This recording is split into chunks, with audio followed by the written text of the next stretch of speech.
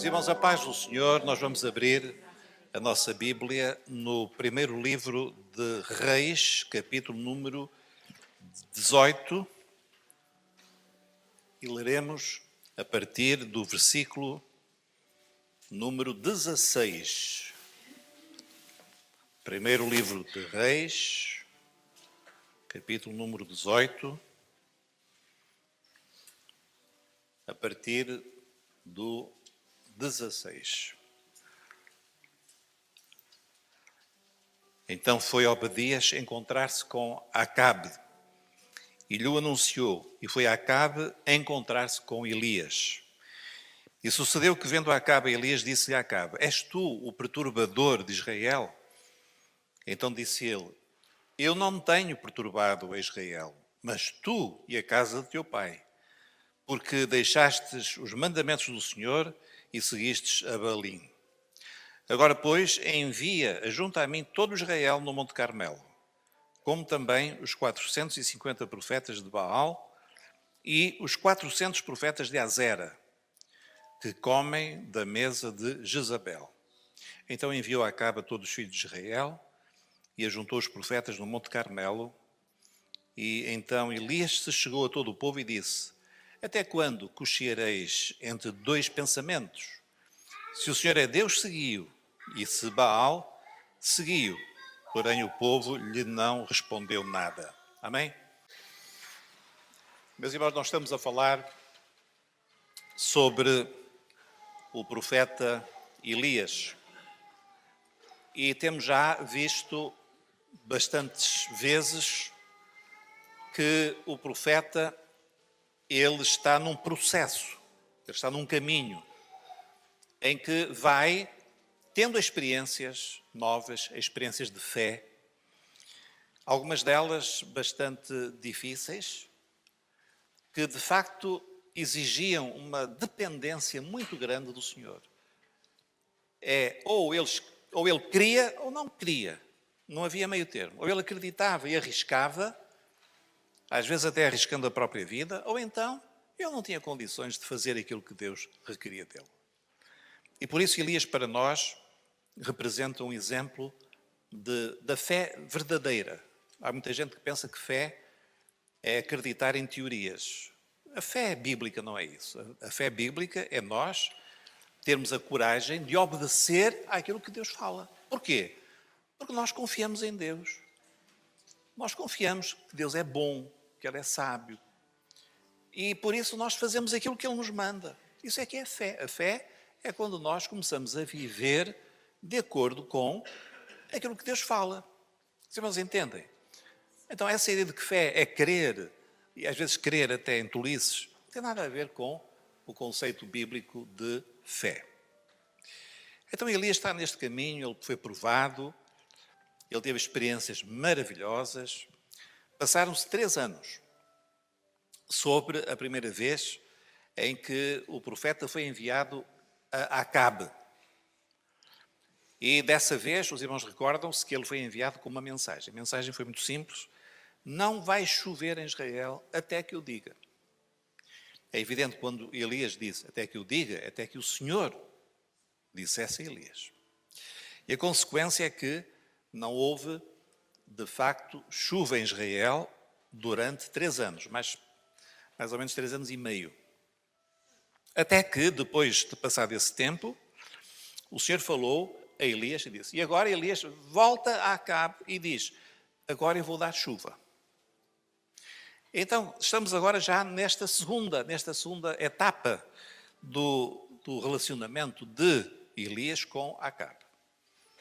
A primeira vez Acabe ouviu aquela profecia de Elias que se cumpriu, porque houve uma seca tremenda, não havendo água, não havia colheitas, não havia alimento, havia fome, havia pobreza, havia morte, havia miséria.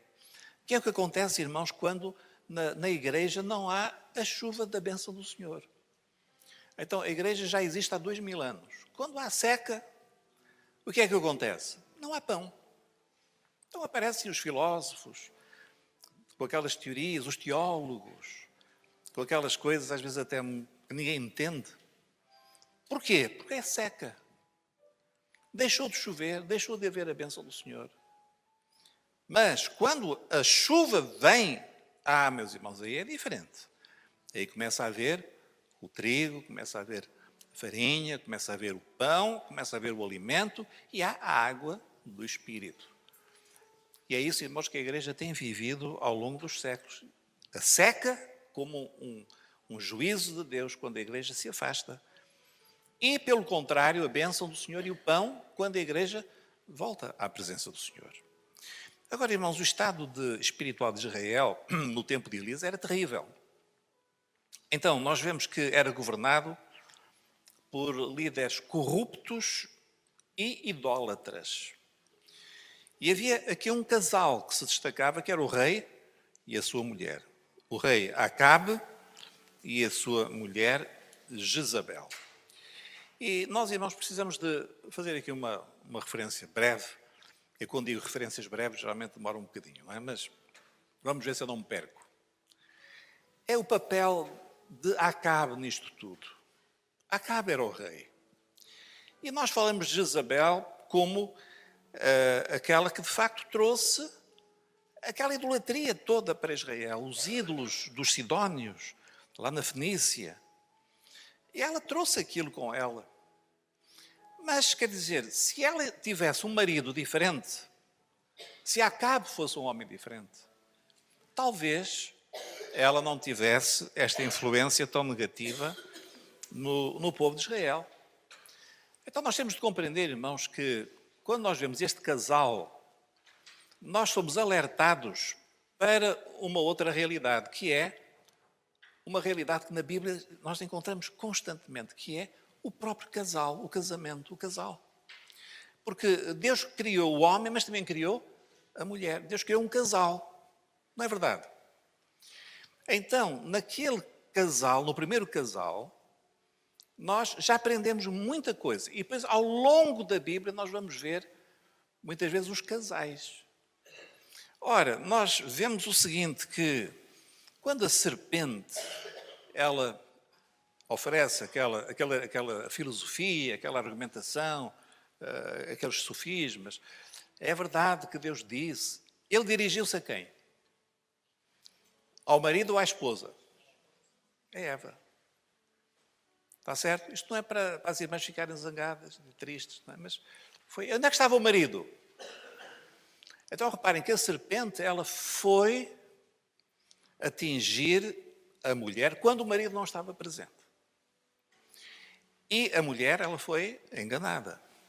E a Bíblia diz isso, que a mulher foi enganada.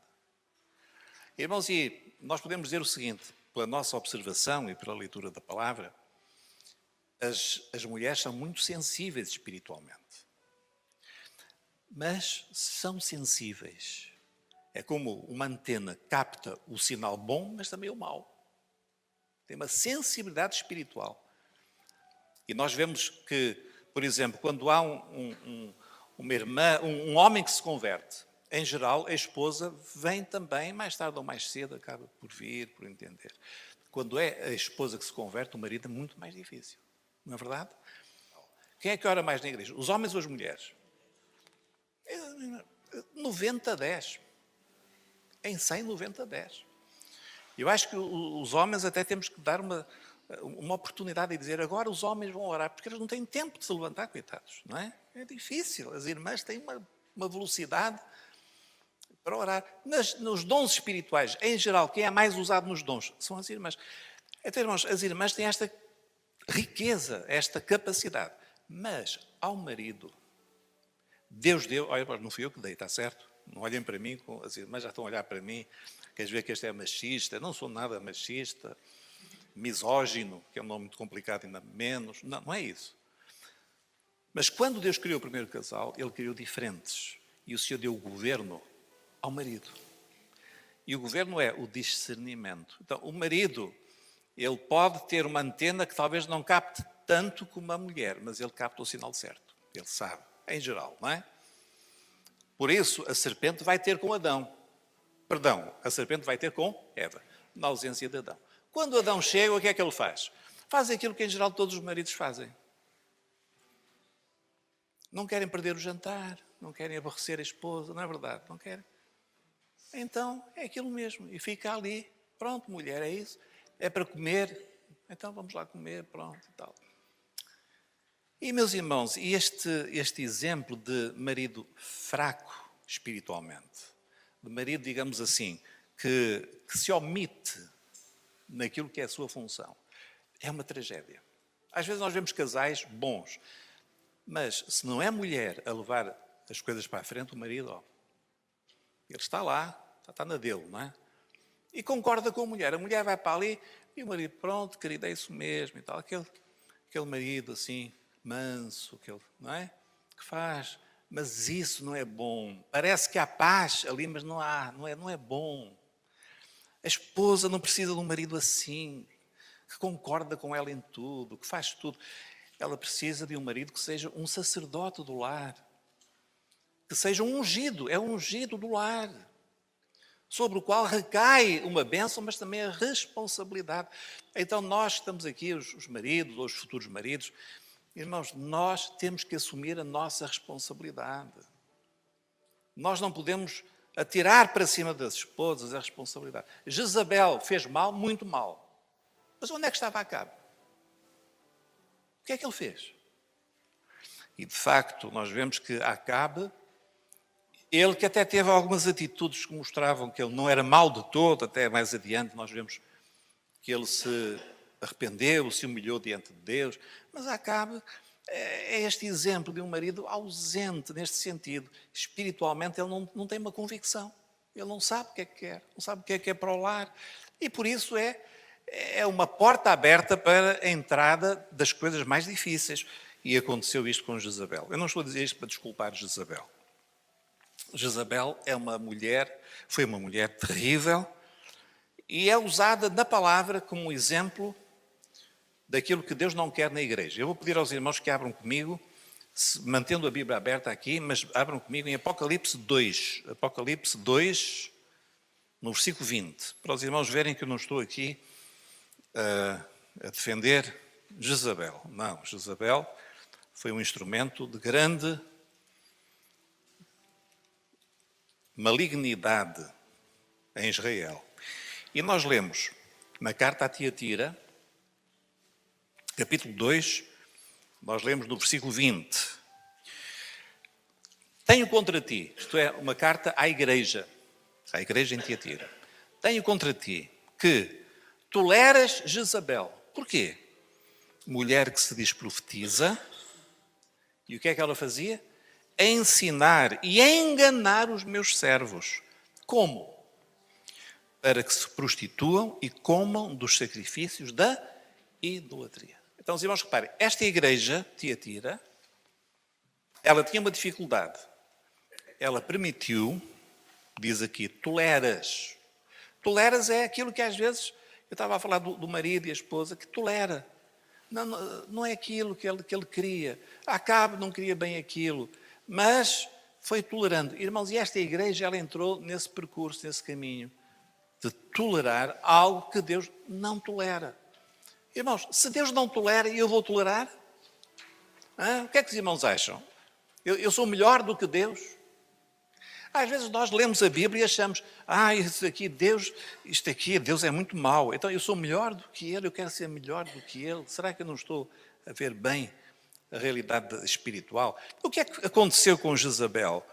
Meus irmãos, quer em Apocalipse, quer aqui, o problema de Jezabel foi que ela introduziu em Israel outros deuses. Ponto final.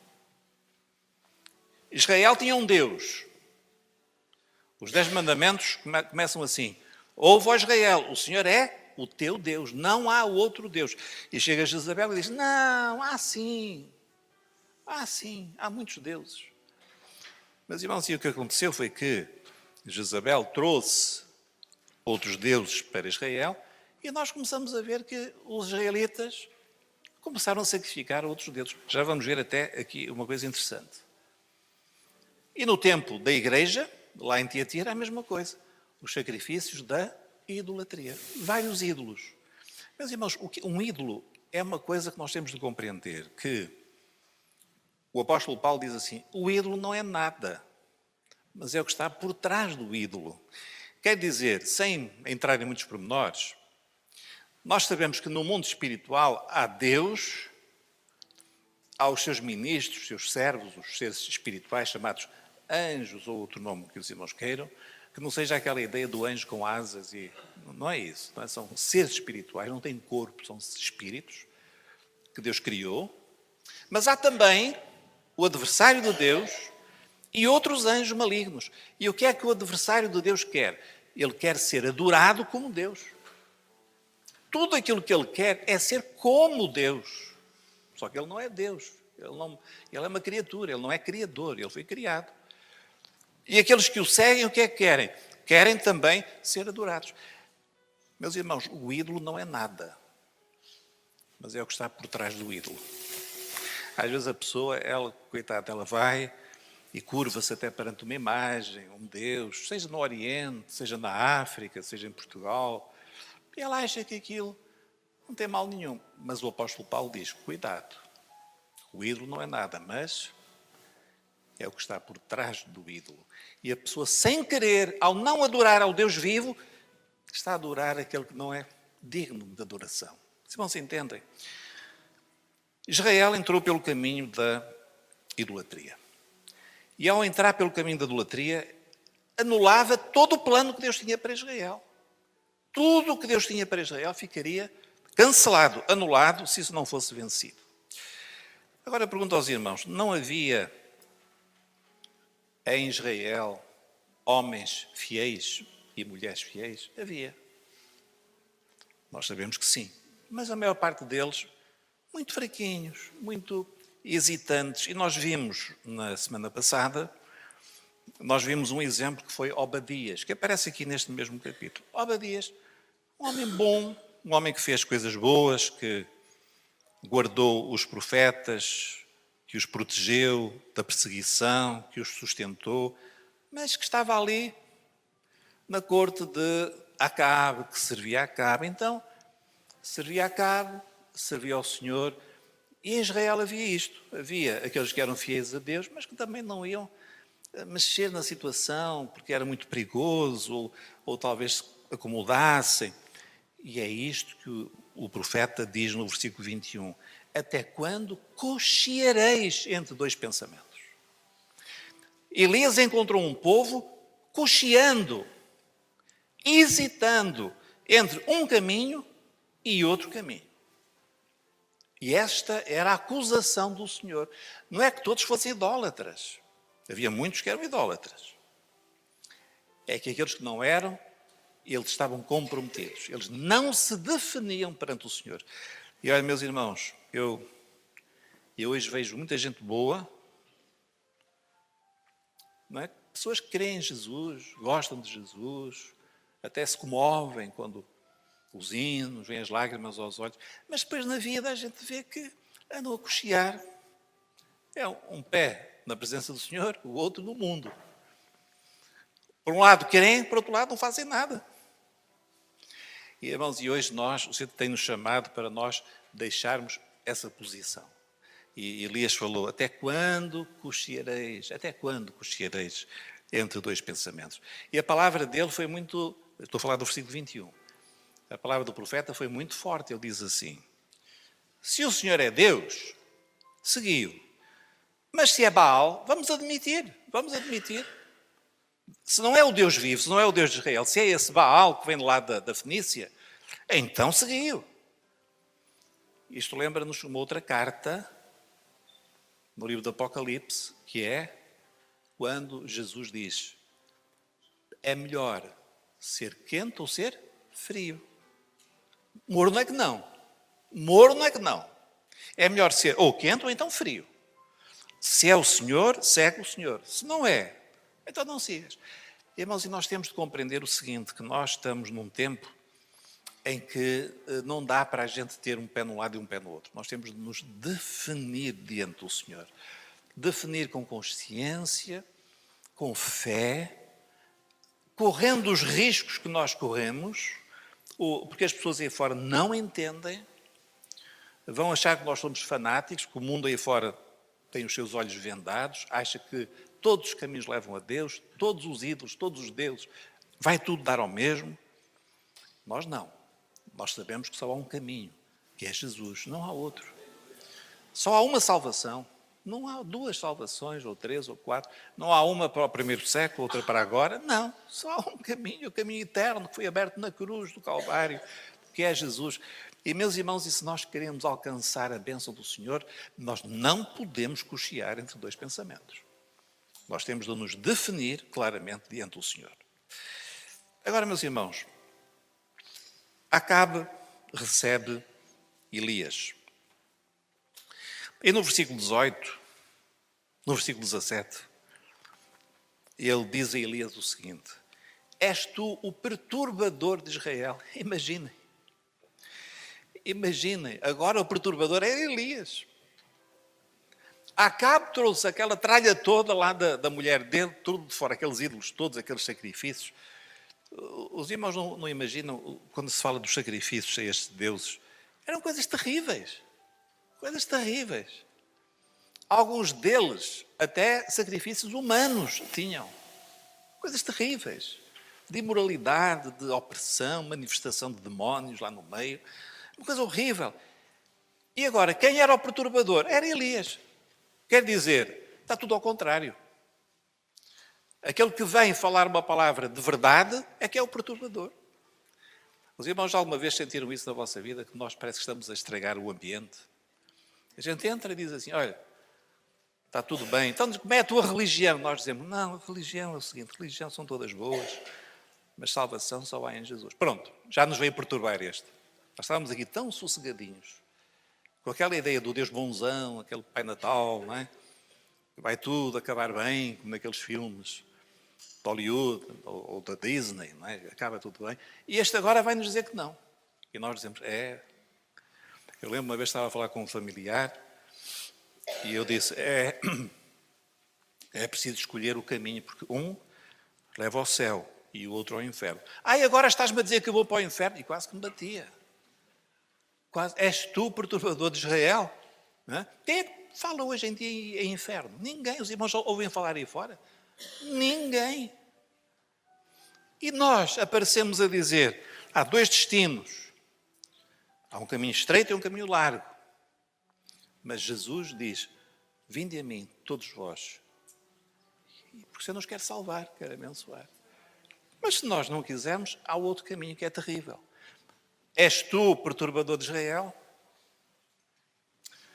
É incrível, irmãos, mas muitas vezes nós somos considerados perturbadores, porque as pessoas estão iludidas, não é? Naquela religiosidade, aquela religiosidade que a gente, pensando bem, não faz muito sentido, mas amai-vos uns aos outros, paz na Síria, depois chega a casa e bate na mulher, paz na Síria, sopa para os sem-abrigo. E o que é que isso tem a ver com Jesus e a salvação? O que é que a sopa tem a ver com a vida eterna? Os irmãos acham que se ganha vida eterna dando sopa? É pelas obras que nós somos salvos? Então Jesus nem precisava de morrer. Nós somos salvos pela misericórdia de Deus, se nós crermos em Jesus. Mas, meus irmãos, muitas vezes, de facto, nós somos percepcionados como perturbadores. Faz lembrar quando os apóstolos chegaram a uma cidade, a Tessalónica, e lá em Tessalónica foi apresentada uma queixa aos juízes. É verdade. Os tessalonicenses foram aos juízes apresentar uma queixa. Os irmãos sabem qual era a queixa? Eu vou ler. Estes que têm alvoroçado o mundo chegaram também aqui. Pronto. Estes que têm alvoroçado, que têm perturbado o mundo, porque já tinham fama, a igreja tinha fama, o Senhor estava a abençoá-los, chegaram também aqui. Mas é interessante que lá em Tessalónica Deus salvou muitos e havia ali uma igreja fiel e muito próspera. Não é? Nasceu ali uma igreja muito próspera, a igreja que recebeu do apóstolo Paulo pelo menos 2 cartas que nós temos aqui na Bíblia, 2 cartas aos Tessalonicenses. Então, meus irmãos, estamos a dizer isto pelo seguinte, os irmãos, nenhum de nós gosta de estar a afrontar as pessoas. Eu, pelo menos, não gosto. Nós não chegamos ao pé de uma pessoa para provocar, não é isso. Mas nós temos de estar preparados, que às vezes as pessoas reagem assim, como Acabe reagiu a Elias. Temos de estar preparados, não ficarmos magoados, aborrecidos, não é assim mesmo. Agora, Elias respondeu. Ele respondeu. E disse, no versículo 18, então disse ele, eu não tenho perturbado Israel, mas tu e a casa de teu pai, porque deixastes os mandamentos do Senhor e seguistes a Baalim. E depois faz um desafio no versículo 19. Agora, pois, ajunta a mim todo Israel no monte Carmelo. Irmãos, é uma coisa assim extraordinária. Reparem bem, às vezes nós lemos o texto e passamos rapidamente. O que é que Elias está a dizer? Ele está a dizer o seguinte, uma convocação nacional. Todo o povo, todo aquele que quiser ir no Monte Carmelo. E depois acrescenta, e também os 450 profetas de Baal. Não acaba aqui, esperem um bocadinho. E mais quantos? 450 profetas de Baal e mais 400 profetas de Azera ou Azerá. Quem era esta Azerá? Era um ídolo, outro ídolo, uma deusa da Síria. A Síria era uma grande potência naquela altura, da Síria. Era mulher do deus da guerra chamado Assir. Então, Aserá, mulher de Assir, está ligado ao próprio nome, a Assíria. A Síria é a terra de Assir, do ídolo, do deus dos assírios. A mesma deusa conhecida noutras paragens, como em Babilónia, por exemplo, e antes disso, Astarte ou Astorete, da cidade de Nínive. Era a deusa da fertilidade, do amor e da guerra. Então, provavelmente, Jezabel importou, de uma forma especial, a adoração a esta deusa, que também era chamada Rainha dos Céus, em Jeremias capítulo 7, no versículo 18. Jeremias 7, 18 diz assim, os filhos apanharam a lenha e os pais acendem o fogo. E as mulheres preparam a massa para fazerem bolos à Rainha dos Céus. E oferecem libações para outros deuses para me provocarem à ira. Então, esta Rainha dos Céus é esta mulher, Astarte, Astorete, e que tem depois muitos outros nomes. Depois vai ter outros nomes na Grécia, em Roma, etc. E hoje aí também tem outros nomes. Nós não vamos aqui entrar por essa questão, mas quando ouvirem falar Rainha dos Céus, já sabem que tem uma longuíssima história na história das religiões. Muito bem. Então, juntaram-se ali, o convite era para juntar, vamos dizer assim, vamos arredondar, 1000 falsos profetas. Bom, agora vamos fazer as contas. 1000 falsos profetas.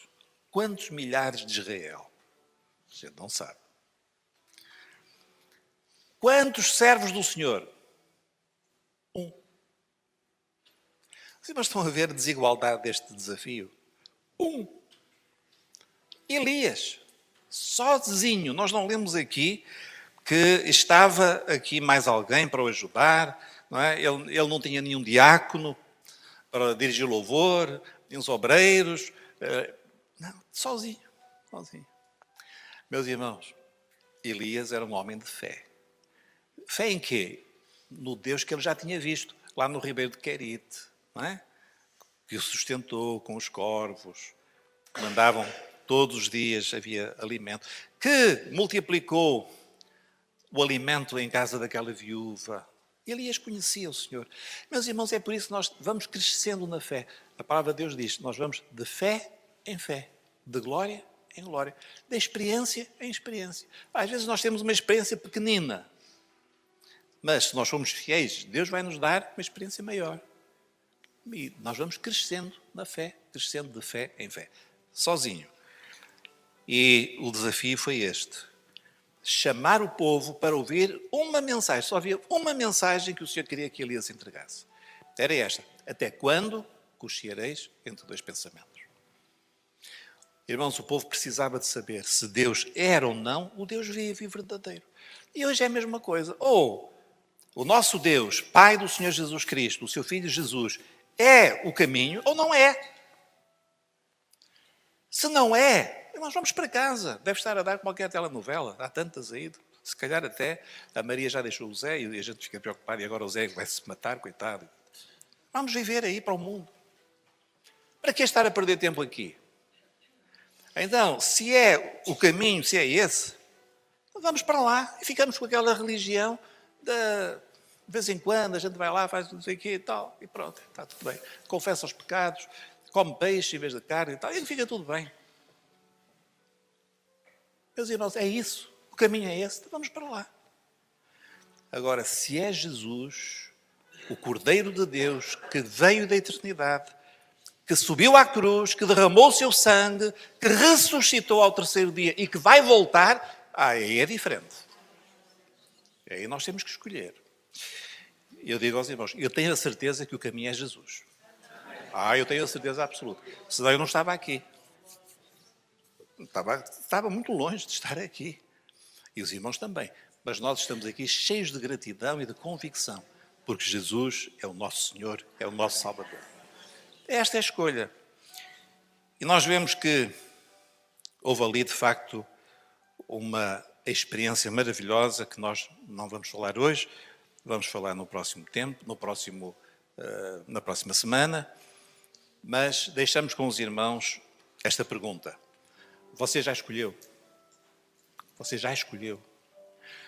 Eu creio muito em Deus e em Jesus. Sim, está tudo certo. Mas na sua vida, você já escolheu seguir a Jesus? Ser-lhe fiel? Tirar da sua vida os ídolos, aquilo que ocupa o primeiro lugar na sua vida e colocá-lo a Ele. Já experimentou fazer isso? É tempo de fazer esta escolha. Porque Deus quer enviar, sabe o quê? Chuva. Chuva na sua vida. Às vezes o seu coração está seco. A sua vida não faz sentido. E Deus tem uma bênção para a sua vida. Mas é preciso fazer a boa escolha. Que o Senhor nos abençoe. Amém.